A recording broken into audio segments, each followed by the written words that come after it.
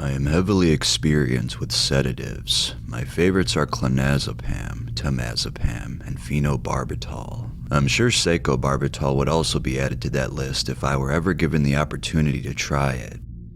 I have had a few blackouts while mixing benzodiazepines with alcohol before, but the worst up until this experience only lasted 2 days.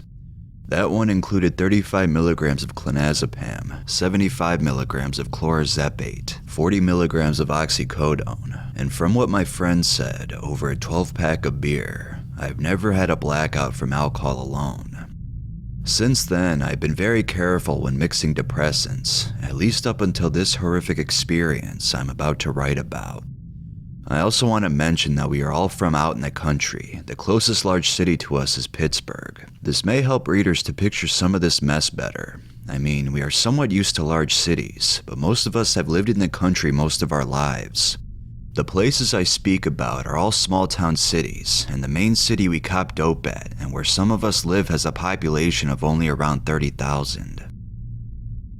First off, I have to mention that at least 90% of this report is seen through the eyes of other people that I was around during the week-long circus, because I barely remember anything that happened. Also, there is no discerning the time frame in which these events took place, except for the start, before I went to jail, and after I got out of jail. The stories told in between are in no particular order. It all started with me and my girlfriend A at one of our friends' trailer. No one else was there, and we were bored, so we decided to dip into the 1 gram of phenazepam powder I had received the day before. I didn't have a scale at the time, so we just took a knife and swallowed a tiny little amount. It was a completely tasteless white powder. After about a half an hour, we ended up taking another tiny dose, as we didn't feel too much from the first amount.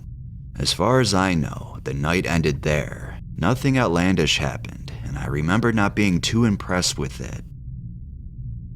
Somewhere along the line, I ended up at another friend's apartment, J and L. They are both very fond of benzos, so I figured they would enjoy the large amount that I had of something new. Another friend of mine, G, was there, and he was drunk, acting like an asshole, so I decided to feed him a bump of the powder to knock his ass out. It did. He slept until 4 in the morning, when he awoke concerned that his girlfriend was wondering where the hell he was.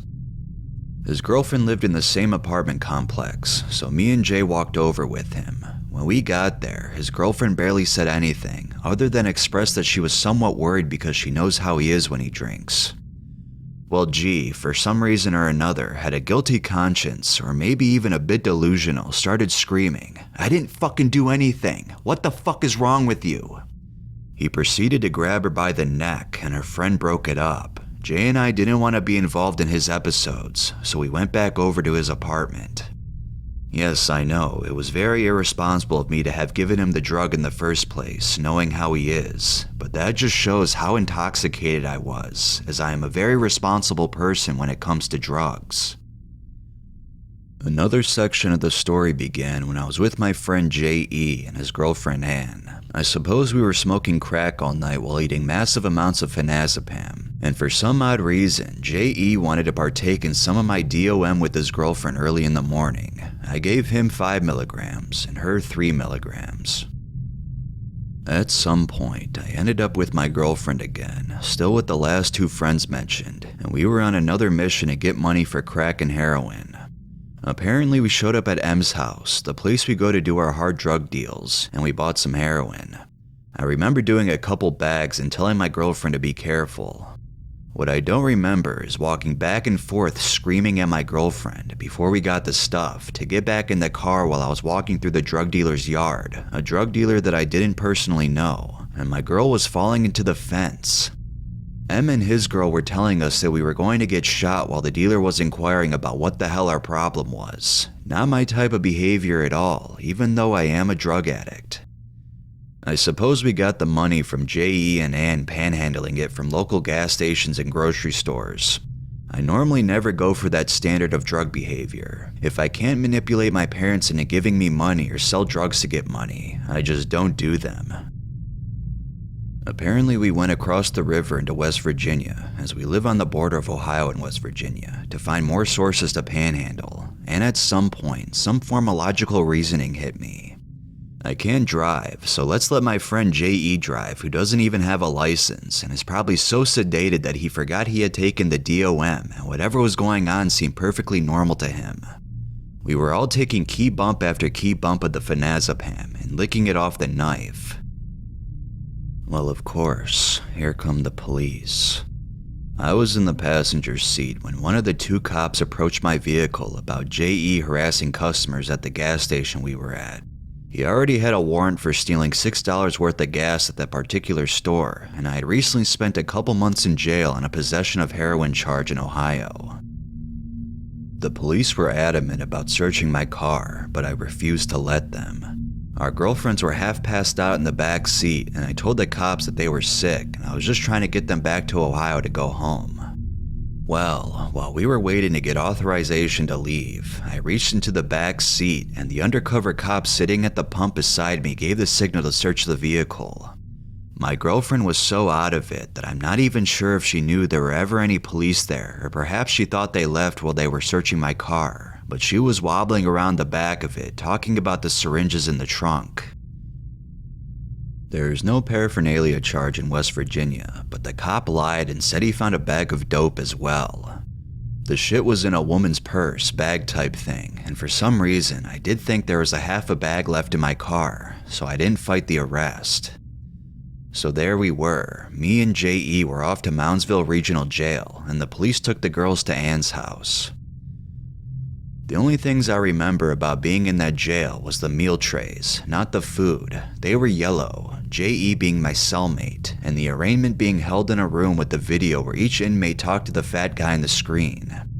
J.E. kept asking if he could make a plea, and I was laughing because we weren't even in court. He was arguing with the fat guy, irritatingly stating, "I just want to make a fucking plea." I don't even remember being out of my normal clothes. I believe we were there for 2 to 3 days, not really sure, but on the second or third day we got bonded out. J.E. was talking about some big dude wanting to fight us over something, but I don't remember anyone that was there except for us. My mother was the one that drove down to get us, but J.E.'s father was with her as well. I didn't say much, but J.E. and his dad were arguing the whole way home about getting his disability checked because he wanted to get drugs. This is where things started getting really out of hand. I had no idea where my girlfriend was, and neither did J.E. know where Ann was. So I went on a search to see what the hell was going on. Here they were, together, prostituting themselves on the streets for crack and heroin, not to mention sleeping with each other. I didn't know how to deal with this at all because my girlfriend had never really been like that. I guess they still had heroin when they were brought back to Ann's, so I ended up getting out of my charges. After sticking through it for a day or two, I couldn't take it anymore, so I left my girl on the streets. Somehow, I still had the Phenazepam powder. I guess the cops never found it in my pocket or something. I don't have a clue. I ended up at home after getting out of jail. I don't think it was the day I got out, but more likely the next day after eating more of the damn shit. I was being bitched out by my dad for being heavily intoxicated. He thought I was on heroin, and I was swearing to God that I wasn't on anything when I probably looked like I ate a couple of Quaaludes. Here, my best friend J.I., I know I have lots of J friends, sorry, stopped over. D came right behind him, and I guess J.I. was telling him he probably shouldn't stop by later, and that it wasn't a good time. D isn't quite used to my wild life. He is a friend that I play guitar with sometimes, and he's a few years younger than myself. I guess J.I. and D were in D's car smoking a joint when my dad took off around them in the driveway on his motorcycle, having had enough of the bullshit, and I came running out of the house with a knife to my throat yelling, "You think I'm afraid of death? I'm not afraid to die. I know what comes after this." My neighbors were out on their porches probably thinking, what in the fuck is this dude on? God, if they only knew.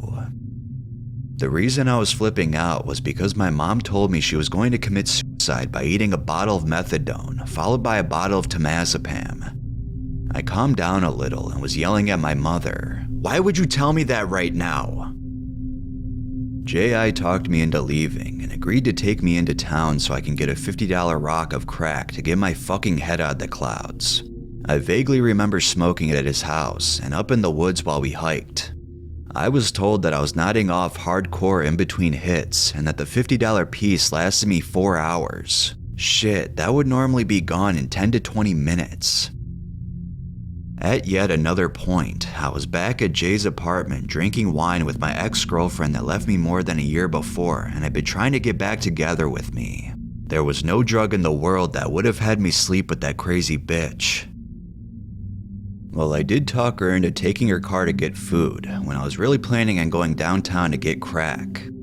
I didn't make it a quarter mile. I remember thinking, damn, this car has balls. What the fuck am I doing in this yard?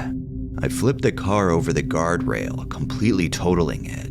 I have never wrecked a car in my life, and believe me, I have driven under the influence of just about everything. Here comes the police. Of course they thought I was drunk, but I had not had enough wine to get a DUI. The cop couldn't for the life of him figure out what the hell my problem was. I guess I didn't appear very intoxicated at that moment. The fucked up part is the next day, I wasn't even sore from the accident. That's how loose my muscles were from that damn drug. Anyway, I went back to Jay's and had to explain what happened. My ex-girlfriend tried to sleep with me anyway. Fuck, I couldn't catch a break. I turned her down. I couldn't bring myself to it. She still seemed disgusting to me. Jay kept fucking with me. You sure you don't want a condom? While the girl was begging. I had to bitch at him after the third time he mentioned it. What was really funny is that Jay came up to me that night with this baggie and was like, "Can you put some of that powder in here so I can save it?" "Sure," I replied. I scooped some in. An hour later, he did it again. He ended up doing that 3 times. It was hilarious. He doesn't even remember that. During one of these days, Jay and I went for a hike in the woods with some Kratom. We had an awesome time. A week later, I mentioned something about a vague memory, possibly a dream of walking up into the hollow around where I live. Jay was like, "Yeah, you were with me." It seemed like every day that went by after all this, someone was telling me something else that happened that I had no fucking idea ever existed. A complete week of my life washed away as if I slept through it, but I don't ever remember sleeping. My girlfriend came back to M's house to get drugs with Ann with her pants undone, and they were giggling with each other while she was trying to put Ann's belt back on after they got kicked out of Ann's uncle's house for having sex. My girlfriend is not bisexual. She also went to her mother's house one day drunk as hell, still blacked out, and stole her brother's truck to go to a party. She can't drive a standard truck in the woods. Things ran over, vehicle damaged. She remembered nothing of this when she spoke with her mom about it after she snapped out of the blackout. I'm not sure she even believes it really happened. Ann and J.E.'s girl got arrested, and he was in court to see her. This was 6 days after she had taken any of the drug, and he said she was so out of it that she didn't even recognize her own mother. J.E. couldn't deal with the fact that his girl had slept with mine, as well as prostituted herself, so he ended up in jail again on drug charges. The bounty hunters from West Virginia came and got him on a warrant. When he got out, he informed me that he was in the same pod that we were in, and some of the same people were there. I guess the reason the big dude was so pissed off at me was because I was slamming the phone for some reason or another. The guy was like, "Man, that's my only connection to the outside world." And J.E., the guy was pissed at him because we lost a game of cards and he was supposed to give up his breakfast and didn't. I don't even remember playing cards. Seriously though, picture that. 2 dudes from out of state come into this jail pod and act like they run the place when there are people there serving year-long sentences. My God. G, the guy who grabbed up his girl, lost his girl, and got arrested. He is banned from the apartment complex. Jay was calling people, yelling, "Praise Mother Russia!" Phenazepam is a Russian benzodiazepine for those that don't know. However, for the most part, Jay and his girlfriend were the only 2 that stayed at home away from all the drama, but still suffer severe memory loss from that horrific week. My girlfriend and I have worked things out. She is no longer on the streets. She is very ashamed of everything that she did, and I have forgiven her due to circumstance. All I can say to end this is, if you do not have an appropriate scale, do not experiment with pharmaceutical-grade benzodiazepine powders, at least ones as potent as Xanax. This is an account of a massive overdose. I would not be alive today if benzodiazepines affected the GABA receptors the same way that barbiturates do. I am still lucky to be alive due to all the other drugs that I ingested during this mess.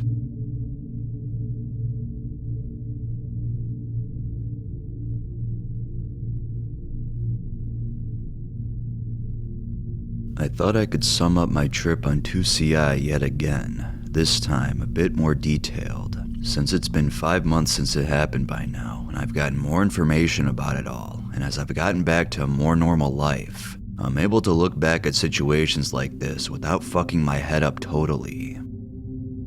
We were going to buy some speed from an acquaintance at about 3 o'clock, Saturday night, October 21st, 2006. That is, if I remember correctly. We arrived at the place, and the seller met me in the door wearing a very distinct look. Obviously, the person in question had taken a huge dose of MDMA, GHB, and probably some relaxatives earlier in the night. In other words, the person looked pretty much stoned. He acted like he was also. After lots of hums and haws, he finally went to give me the 2 grams of speed. The exchange was going to take place in the living room, where me and my mate were located, truly desperate to get our hands on some good stuff. We were handed 2 bags supposedly containing speed. I picked one of them and immediately started making 2 huge doses, one for me and one for my mate. After a couple of minutes, we walked into the bathroom to inject these long-awaited shots. Since my mate doesn't use hypodermics usually, he wanted me to shoot him up. I did so. Then, it was my turn. I messed about in my arm to find a fit vein. It took a couple of seconds before I got a response from one of my chalked prop veins. I smiled a bit to myself, happy. As I was about to inject the stuff, I looked up at my mate. I met with an empty gaze. I asked quickly, "Are you alright?" I knew I'd given him a bigger dose than what he was used to, and I nearly expected such a reaction. He answered with bending over the toilet, spewing up whatever he had in his stomach. Since this is a normal reaction for a person not accustomed to using hypodermics, I didn't think much about it. So I bowed my head and continued injecting. Deep inside of me, there was a voice saying, "This drug's got a weird color. Nothing like what it usually is when I shop from him. It usually dissolves in water and turns transparent. Nah, this looked more like Subutex or something, far from being diaphanous, almost like it was filled with chalk. Oh well, as the junkie I am, or rather, was, I didn't spare it another thought. I went ahead and squeezed in the entire shit. Time of injection, 4:15, plus 5 seconds. Chill flies up my arm. A weird feeling flows up to my shoulder. What the hell is this? This is not speed. Fuck. And me, which gets such a total blast of paranoia in such situations. Bloody hell. At the same time, it starts to sparkle in my eyes. I look in the mirror, which is now filled with the sparkling of a dozen lines, moving like white noise on a TV screen. Bloody fucking hell. 15 seconds in. I'm standing now, running into the living room to find out what I've managed to mess myself into. I managed to find the way and stop in front of the living room table. There's 4 people in front of me, but they weren't all there originally. I only know one of them from before, and I had no plans to get to know any of the others. Taking into account that they're all about 15 years older than me, it makes the temptation quite non-existent. As I said, I stopped in front of the living room table and yell out as loud as I can, "What the hell have we just shot?" As I yelled this, around 20 seconds have passed since injection. In response, I'm met with a, "Shut up, my kid is sleeping in the room next to this one." As this being said, all the people change form. They all become animals of an unknown species, and they all rise up from the couch. The guy that knows me reacts with a weird expression on his face. He realizes that something's gone wrong. My entire face is glowing with fear, and he registers it. 25 seconds in. Boom. I'm supposed to have said the following. Now, you're not animals anymore. You're insignificant objects in this world. World? What's that? I don't know. Me? What did I say? Words? Who? Does it matter? What is mean? What do words look like? Do they taste good? Good. What's that? I don't know. Where's my body? Body. The word looks weird. It's huge. A huge word. Huge letters. Approaching floating. I am floating. Right now. Like a punch in my face, everything has changed around me. Everything is floating. Liquid. And therefore, it's hard to stay on my legs. That's probably why I fall headfirst into the stereo and the table edge. Not that I notice, as I am weightless, in a floating mass of insignificance and fear. Time does not exist in this universe. I'm floating. Everything around me is in a liquid floating form. Actually, as I look closer, it's small spherical objects. Everything's tiny spheres. Even I myself am made up of lots of small spheres. Spheres that I can move around and mix with the rest of this worthless mass. One of the spheres take the form of a figure, which can best be compared to something from an animated movie. He's fat and has a long snout. On the tip of said snout, there's a black, extra-large sphere. He's the first sign of life here in this dimension. He's looking at me. I understand nothing. Every word I say turns incoherent. As I say the word, I can see it floating out in front of me. I can touch it, smell it, taste it. What I'm trying to say is, I want to get away from here. Help, I want home. But as I don't know what speaking, words, home, or anything at all is anymore, it's hard to get the message out. This person here doesn't understand a word. He's just laughing at me. At the same time, animation figure number 2 shows up. This one looks quite a lot like Cruella de Vil, just a lot more sarcasm and evilness propped into it. She's tall and has a cigarette in her yap. She's, like everything else, an insignificant collection of spheres of varying sizes. She's laughing at me, as if I'm new in this universe, and she apparently knows. As a newbie, I'm being bullied by 2 three-dimensional figures. I stretch towards her cigarette. As I hit it, she laughs even louder. The cigarette disappears between my hands. It turns into yet more unimportant mass, an insignificant burning mass, which stings. She laughs higher yet and disappears. Along with her, the first figure also. As it disappears, the first figure gives me a last message. Everything is bullshit. We fooled you. Reality doesn't exist. You don't exist. Nothing is real. Not even oxygen. Nothing matters at all. Along with Cruella and the first guy, even the air disappears. The only thing left is this insignificant floating mass, a mass that I cannot breathe in.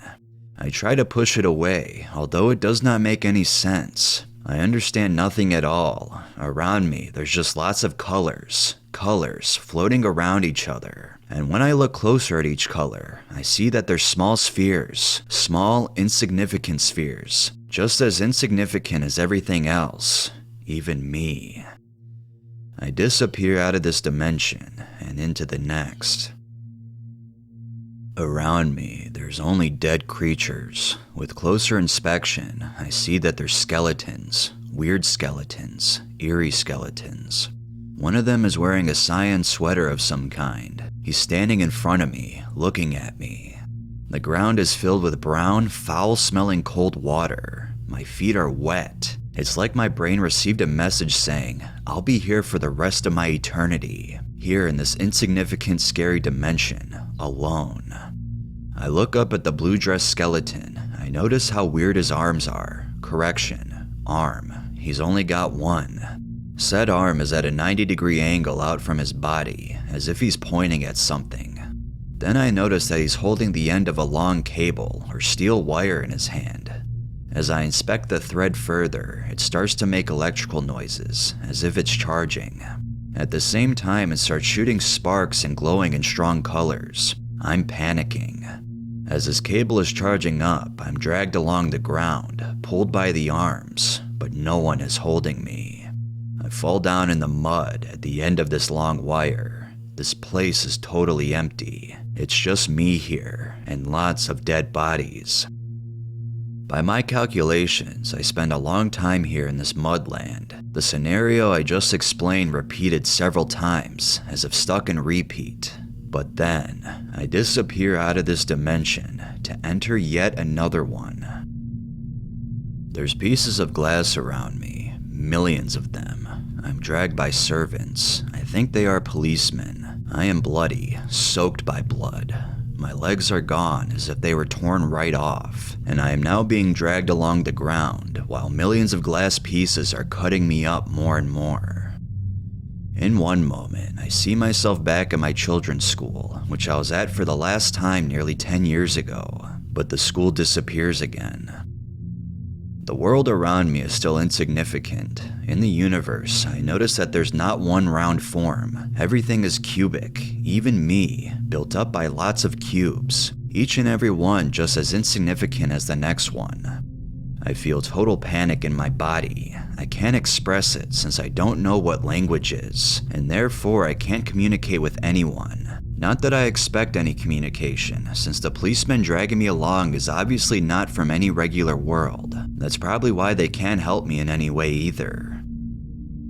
The policeman laughs at me, as if I'm worth nothing at all, as they resume dragging me. In one moment, I'm on an ambulance stretcher. I've got no body, not that I can see at the least. I'm like a video camera, laying on a hospital bed and recording straight upwards. Around me, there's lots of people that I know. Everyone that has hurt me during my life, in the real world, are now gathered around me. Everyone's got sly looks on their faces. They are staring at me. Suddenly, the world turns into that liquid form again. I'm floating along with the bed I'm on and falling backwards, just as if I'm falling into eternity.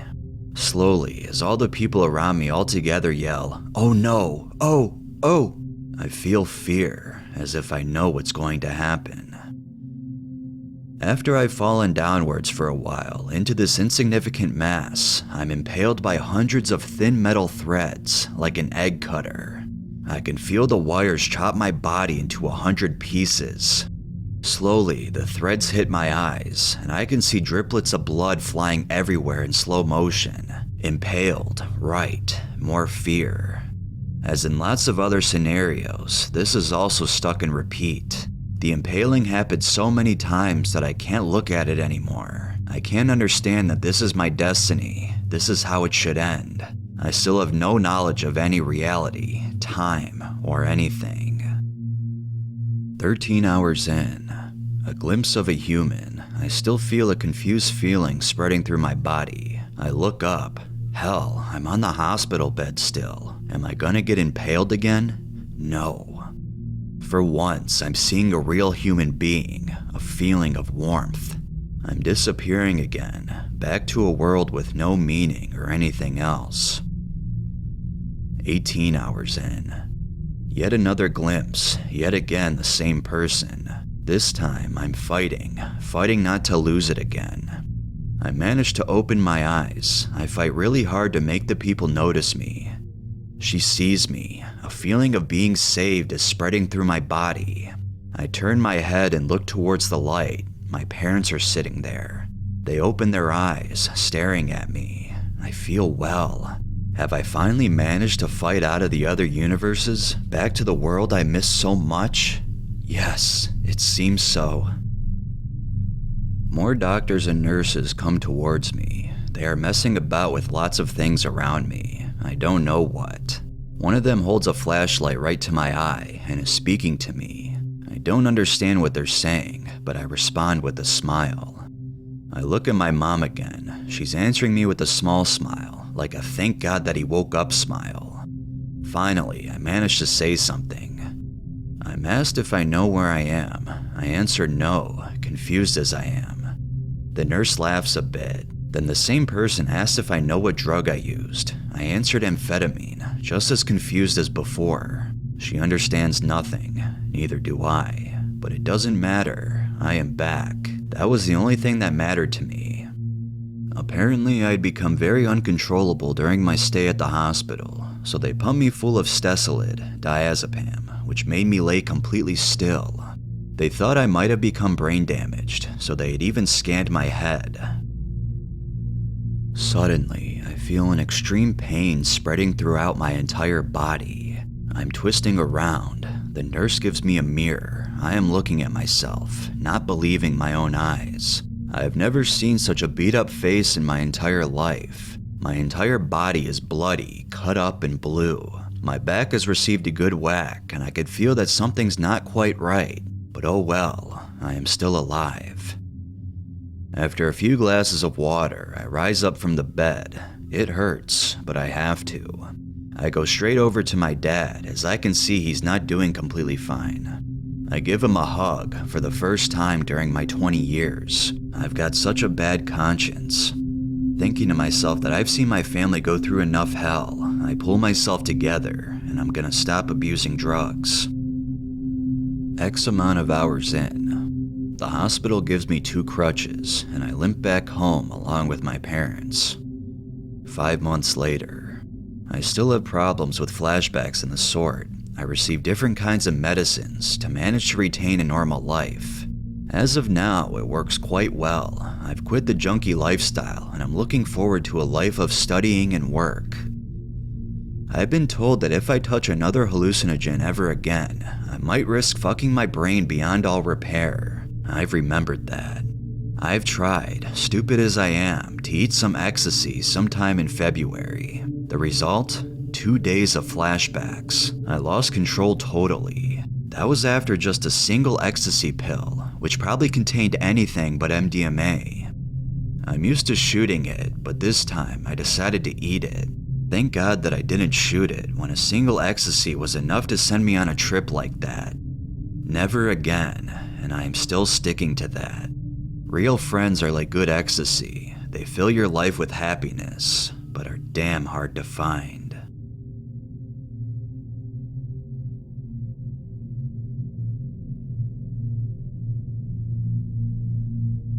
Alright, I will say there is a trigger warning before this story, so if you're not comfortable, I would skip it if I were you.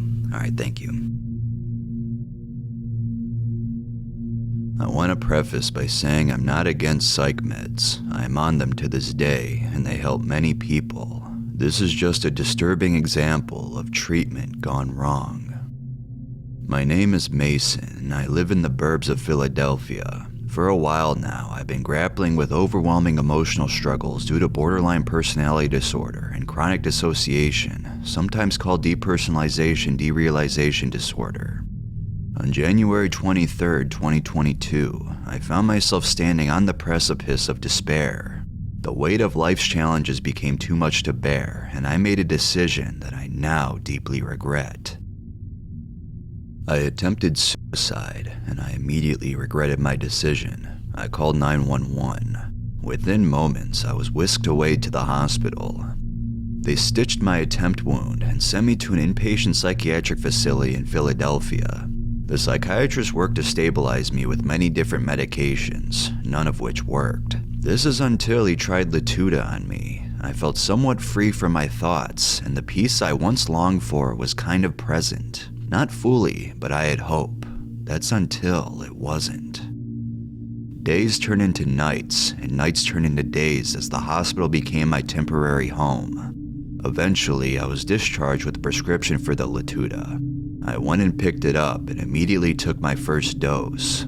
The first day was normal, and I was excited to be home. On day 2 of being home, I hit the trails on my mountain bike, not forgetting to take my Lurasidone. For 10 miles I felt okay, until what I believe is the most traumatic moment of my life. A sense of terrible unease twisted in my gut. I began to feel shaky and restless. At first, it began subtly, like I had an itch under my skin. I felt like I had energy beyond I had ever felt. I have been prescribed Vyvanse at the max dose in the past. This was not even close. I was running for miles trying to get it to go away, even though I am a pretty big dude. Eventually, I found my way home and passed out on my bed. The next morning, I was hit with spasms throughout my entire body. I was twitching everywhere, spasming, aching. I felt like I needed to get this unstoppable, horrific force out of my body. I began hitting and cutting myself, trying to get it out. I screamed and my mom came running to my bedroom. She looked on in horror at my twitching self, thinking I was seizing after another suicide attempt due to the pills and the razor blades scattered around me. I had dropped them when the symptoms got bad. All I could think of was suicide while my dad drove me to the hospital. I was kicking all over, so hard my dad was worried I'd set off airbags. When I got to the hospital, they rushed me in. They administered 1 milligram of Lurasidone, Ativan. That did nothing. 6 milligrams later though, and I was out. I personally believe this helped fuel my benzo addiction, but that's a story for another time. I was brought once again to a psych hospital. There, I tapered off the Lurasidone, slowly feeling my symptoms subside. However, those 6 days I tapered still were not easy. I don't remember much of them, but I remember becoming very agitated with nurses and other patients. At one point, I developed an intense anger and bashed a wooden chair into my window repeatedly in an attempt to relieve my distress. There's something very unique about this trip though. There, I met my best friend. I'll call Laura for privacy reasons. Laura was in the hospital for the first time in 10 years. I asked, surprised, what brought her back. She told me she was prescribed, you guessed it, Latuda, 10 years ago. She never missed a dose. Although she did not experience what I experienced, which was later revealed to be a severe case of akathisia, she experienced something even more disturbing. She can't remember anything from those 10 years. Nothing at all. I truly believe this event permanently scarred me. I've had psychotic features ever since. Along with that, my dissociation became more set in stone. I still feel akathisia mildly on a daily basis. I cannot fight it with benzos, the traditional treatment, because of my dependence, which ended this March. If you have borderline personality disorder, please be careful with psychiatric medications. There are no FDA-approved medications for this terrible illness, which means psychiatrists will prescribe based on what they think is best suited. I've been prescribed SSRIs, SNRIs, antipsychotics, mood stabilizers, benzos, beta blockers, naltrexone, supplements like fish oil, EPAs, N-acetylcysteine, antihistamines, and so much more. None of them have been effective in drastic ways. All I'm saying is, do your research. Hopefully this story will help others to advocate for themselves when a medication doesn't feel right. I wish peace to all who struggle with addiction, psych med dependency, and everything in between.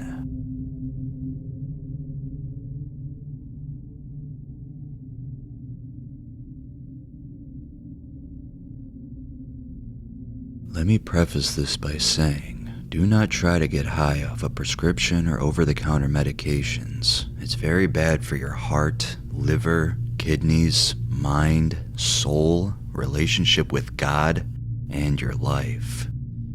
I'm very lucky to have not died this day or all the other times I took absurd amounts of OTC medication or Datura, fake acid ones that ruined my life, and all kinds of stupid pill experimentation, including mixing Benadryl or Datura with heroin.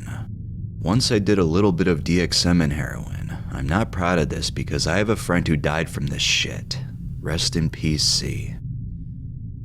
So let's get into my backstory with what happened leading up to this, because yes, it happens, but not many people start out with a dose like 1400 milligrams of an antihistamine. I was depressed from a breakup that basically changed my life forever. I still haven't gotten over it, probably because of all the damage I've done to my brain. But I know this is a trigger for some people who don't really say it, so I won't get into it too much.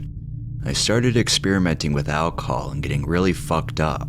This was after I'd started smoking weed a year prior, and a lot at that. I started wanting something stronger. I wanted heroin. I wanted to try it. I wanted to know what it felt like to be at peace with everything. But I asked around and asked around, but couldn't find any. So I started getting into DXM.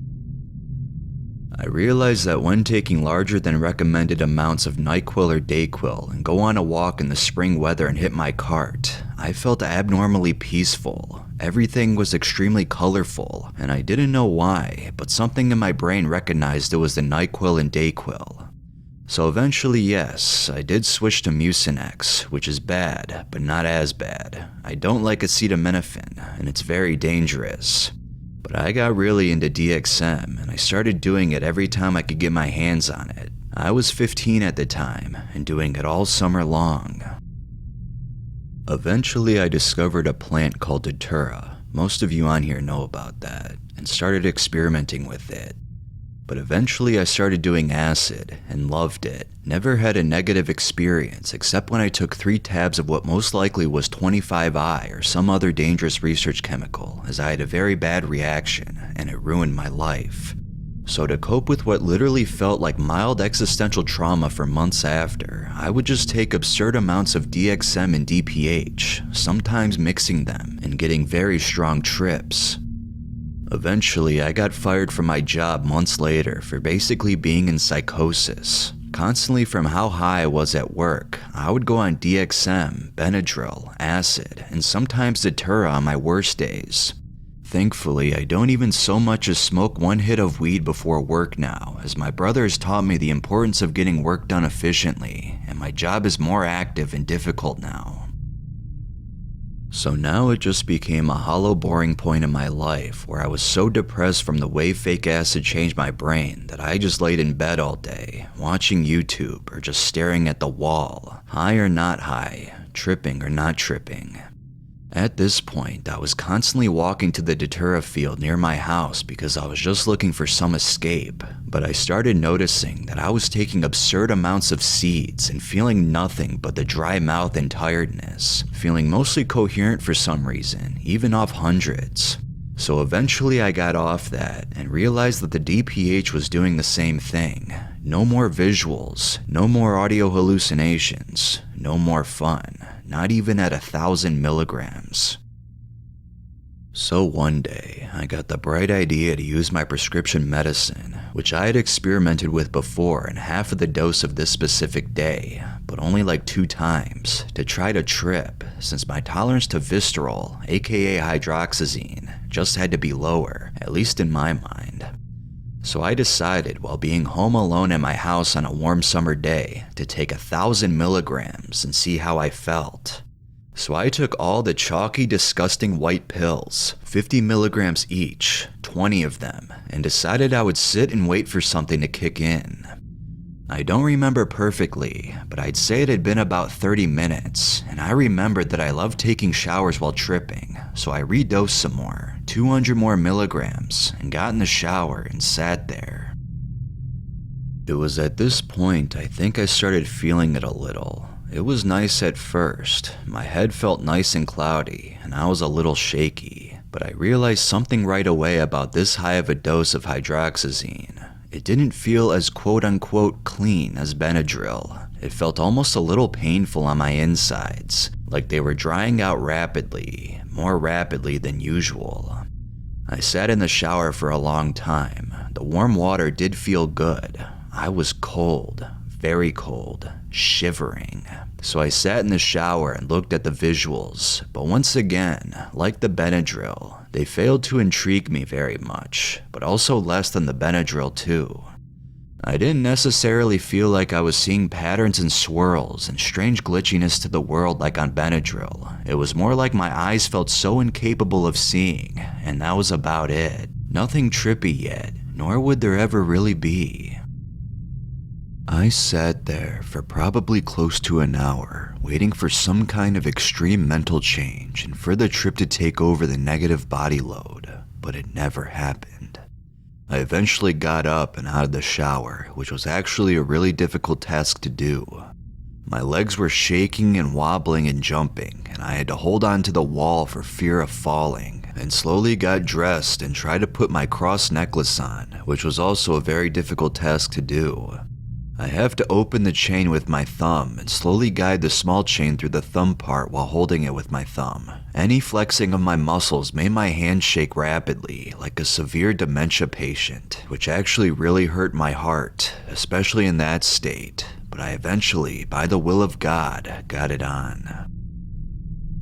After that, I was so cold, but also not feeling what I wanted, so my dumbass took 200 milligrams more. It was at this point I decided to put on some ASMR, because when I take DPH, ASMR is very pleasant for me. The tingles feel like a hit of a drug in itself. So I put on some unintentional ASMR videos of people making shoes and clothes. I remembered at one point while I was watching a video of a man sewing a suit together, I realized that I was not getting the desired tingles. I almost felt numb to them basically, as if I was on DXM. The sounds were relaxing, but I couldn't seem to get that rush. So I decided, it had been about 2 hours, that I should smoke and listen to some music finally, and this would help lighten up the experience. So I hit my small one-hit bowl, and only did half of it as I felt really fucked up already, and sat back. I don't remember if I did any more of the bowl, but I know for a fact, as I turned on some music, it all went downhill. I started shaking rapidly, might I add. Smoking the bowl was an extremely difficult task. It took about 5 minutes to get one good hit. I was shaking so bad and kept burning myself with the flame, so I think I most likely gave up smoking after smoking half or the full one-hitter bowl. The metal bowl was getting too hot and I couldn't stand it anymore. I was listening to Green Day's Longview, an excellent trip song, and noticed it was kind of like Benadryl, but different. Instead of the music sounding faster than normal and lower pitched, it sounded normal pitched, but the music kept speeding up and slowing down. And when the guitar part kicked in where Billy Joe says, "Bite my lip and close my eyes," the guitar felt very loud and almost painful to my ears and brain. And the speeding up and slowing down started scaring me, as I had never experienced anything like this off an antihistamine. It felt like I had brain damage or something, and my heart felt like it was beating through the roof. Painfully, my chest hurt, and I could feel how hot my chest was getting from the speed of my heartbeat. My blood felt like it was prickling me as it flowed through my body. This was starting to get very unpleasant. It was then that I decided I would call my dad for help and tell him what I did. My heart and body felt so terrible, I was scared I would drop of a heart attack at any minute, and I was panicked. I called my dad and told him what I took, and he was mad, but also worried. He said he was coming home to take me to the hospital, but after we hung up and I realized I would hopefully be fine, I realized my dad is 40 minutes away at work, and I felt like that was precious time I couldn't waste. So I called 911.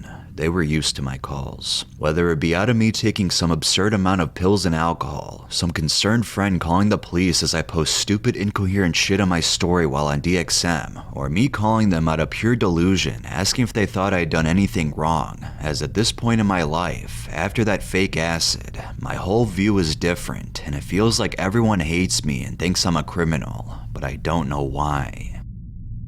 I was still listening to music in the hopes of me calming down. The weather outside was nice, and being outside waiting for the ambulance was helping me. As the ambulance pulled down the street, about 5 to 10 minutes later, but what felt like 30, I was listening to Lounge Act by Nirvana, and as Kurt starts screaming, "Truth covered in security," and the guitar picks up, my eyes start rolling back in my head from the music pleasure, and I am cool with it, as I know the ambulance is here, and I'm probably gonna be okay. Might I add, I don't think this helped, but the 911 operator told me to administer Narcan, and I felt better mentally after doing this, but I don't know if it helped.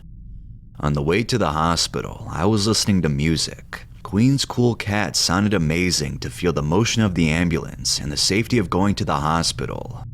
When I got there, it was crowded, and it took a minute for them to take me back. I was nervous there after I turned my music off. They didn't hook me up to anything, which I still wonder to this day if it was a medical mistake. Maybe there was nothing they could do, but they didn't even give me IV fluids or check up on me that much. I figured it was more severe, but I'm still very thankful the paramedics came to my house. I love doctors and being in the presence of them. While laying in the bed, I still felt terrible, like my body kept seizing up and like there was no comfortable position to sit in. My heart still raced like crazy. After I started to come down and my dad showed up, I started feeling a little better, So eventually I was good enough to go home, and so I did. Walking was still a little difficult, but the shaking and heart beating out of my chest stopped, so me and my dad got some Wendy's on the way home from the hospital. Always be sure to eat some food after an experience like this. I don't take Visceral or Benadryl or Datura or even DXM anymore, and I've been trying to stay sober, save for the occasional shroom trip or a night drinking in moderation and weed every day, which I hopefully plan to stop eventually. Stay safe out there, stay sober, and please don't do what I did. God bless.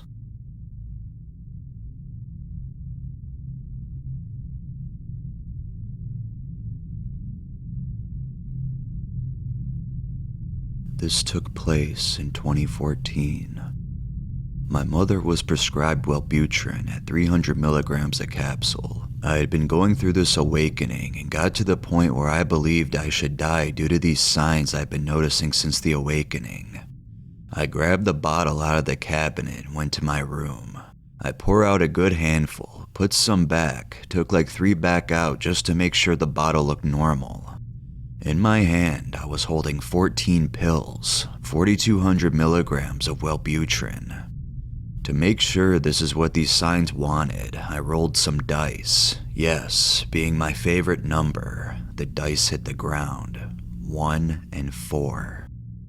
My heart sank because this was the first physical sign. Others would be a scene from a movie or certain words in a song that just made sense and led me along. 5 is my favorite number, not because of anything gang-related, I just like it. I agreed and went to the fridge. I poured a big cup of Sunny D and headed to the bathroom. I put the pills in my mouth and spat them back out into my hands a few times before having this overwhelming abundance of confidence that everything I've ever wanted or questioned will soon be right in front of me. So to get it over with and make myself, I popped all 14 at once and downed the whole thing of Sunny D. Not gonna lie, I had to swallow a few at a time, but I never spat them back out.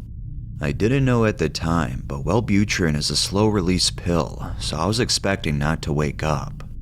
I went to bed at 8 p.m. and woke up around I don't know, I didn't really care. I went and told my mom that I took her pills, and she didn't believe me because she didn't realize any were missing. Well, at first I believed I didn't take them and thought it was just some weird spiritual experience. Boy, was I wrong. I started to become very chill and felt a little tingle. Walking around the house, I was at peace that this was my final few moments.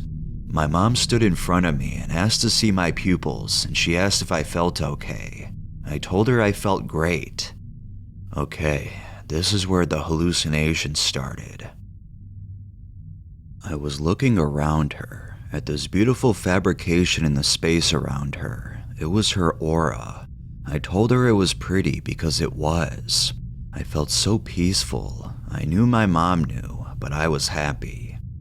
Some time goes by while I was just looking at things. Everything seemed to connect without strands. It's more like tiny, non-stop and moving colors of colors to make the image. I found myself back in the living room. We had a pool table dead center, and I was close to the room wall on the long side of the table. I saw these figures, 3. They each took the form of a person, just the outline though, a white matter-like outline of a person. One standing on the opposite side of the table, resting his hands on it, leaning towards me. The second was to my left and faded in and out as he walked behind the first and around the left corner out of my sight into the kitchen. Just then, the third walked out from behind the right corner leading to my room, and a face appeared where his face would be, and he winked at me. It made me giggle. I went to my mom's door and got her attention to talk to her. I was about to tell her about these awarenesses, but right before it came out of my mouth, I heard a loud bang on the wall and immediately said never mind, because it was obvious I shouldn't talk about them to her. She asked why, and I asked her if she had heard the bang, and she just looked confused and said no. I just walked away. I was sitting in my recliner in my room. My dad already made it home and called the police. About 7 of them came into my room. One knelt down in front of me. He told me I had to go with them, and I refused. He stood up and said I had to. My words were, "Or you'll tase me in front of my mom?" My mom immediately began to tear up, and she asked me to come with her out of the room, so I did. Back in the living room, the front door was open, and I see paramedics rolling a stretcher towards the house.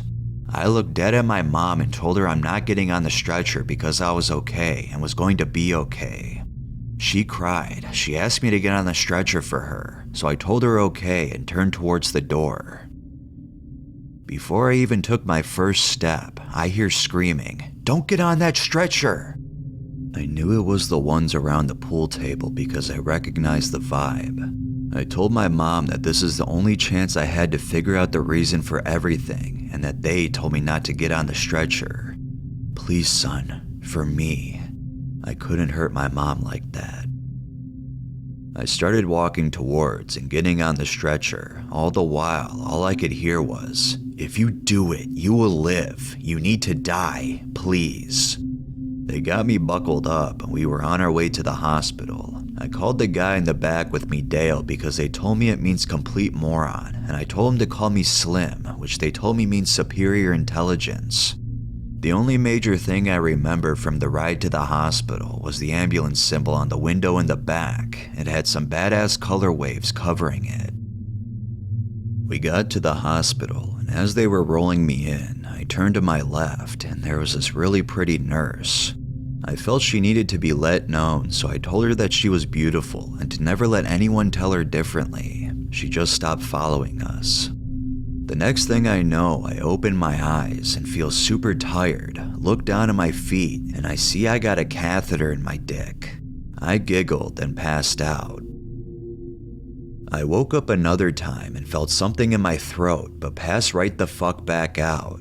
Everything was black. I knew I was surrounded by all this space, but I couldn't move through it. I couldn't think. I couldn't talk. I was just conscious of this emptiness. Finally, I woke up, fully clothed, and there was a lady to my left that called for security over a walkie-talkie. She told me I had a grand mal seizure. Security walked me to the van. The van brought me to a mental institution. I was in there for 2 weeks and got out. During the 2 weeks, I lost my girlfriend, made a deeper bond with my mom, and met some people with the same mindset as me on some strange topics. To this day, I still feel like I shouldn't have gotten on that stretcher.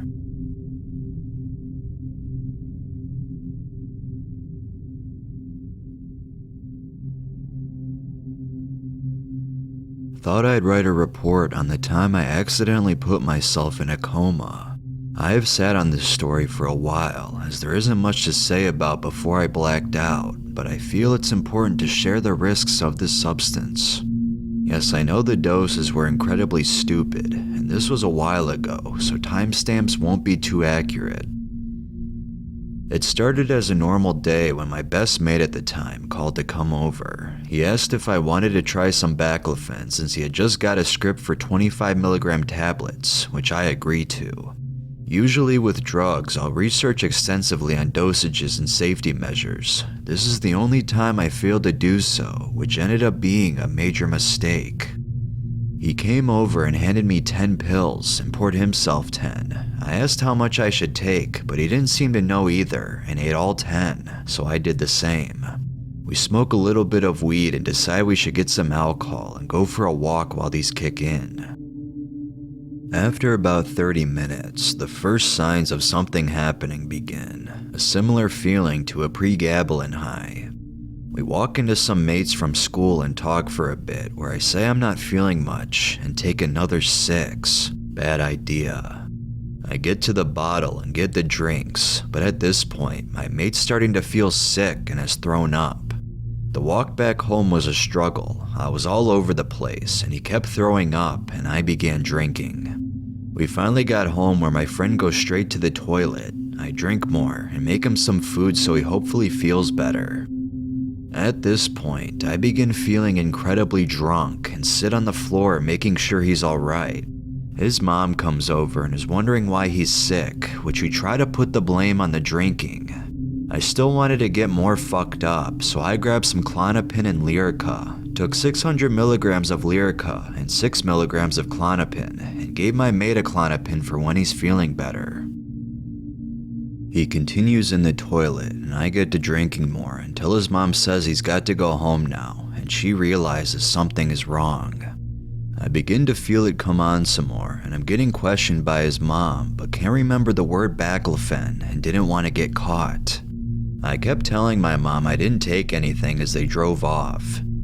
She began questioning me a lot, which is when it all started to hit. It went from a drunkenness to a rush akin to MDMA. I began to sweat and my eyes were darting around. I kept telling my mom I didn't take anything, but this is where everything goes black. I collapse off the chair I was sitting into a frenzy, during which I start choking on my vomit and start asphyxiating. An ambulance was rushed over. My friend's mom was alerted on what happened. Around that time, he started getting less responsive and taken to the hospital. He was able to leave a lot quicker than me since he threw up. I'd filled my entire left lung with vomit and had a vacuum-like tube put down my throat to clear it. 3 days go by. My last memory was sitting at my kitchen table. I wake up, tied down, unable to move, naked, with a tube down my throat and a catheter. It took a while for them to realize I woke up, and the tube felt like it was choking me, and I was only able to communicate by pointing at letters. After I stabilized, I was put into the psych ward involuntarily for 3 days, as usual with overdoses. This experience gave me PTSD, and I still struggle with flashbacks or the fear that when I fall asleep, I'll wake up in the hospital with a tube down my throat. I was extremely lucky to not become a vegetable, brain dead, or actually dead, and hope no one has to go through this. Research your drugs, and don't take stupid doses like me, as things can get out of hand very quickly.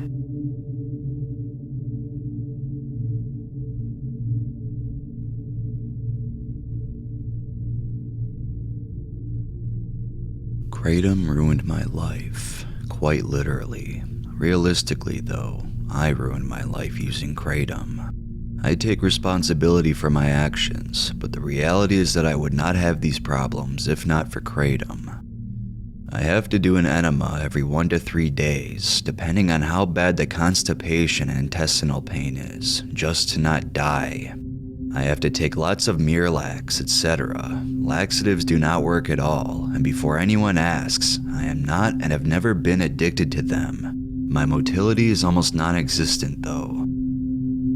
As we all know all too well here, Kratom is incredibly constipating. For some people, it's worse than prescription opiates, partially due to the fiber content in Kratom and all the extra alkaloids. For some people, even after quitting Kratom, it could take like 3 weeks or more just for things to start moving somewhat normally again.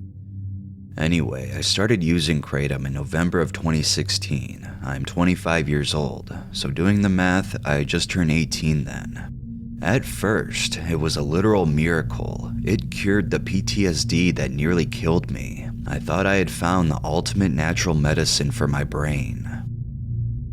I used Kratom on and off and initially didn't get addicted to it. I started using it a bit more in like June of 2017. Things were going relatively well, but I definitely immediately had some constipation issues on and off from Kratom. I didn't even realize it at first, oddly, until it got bad.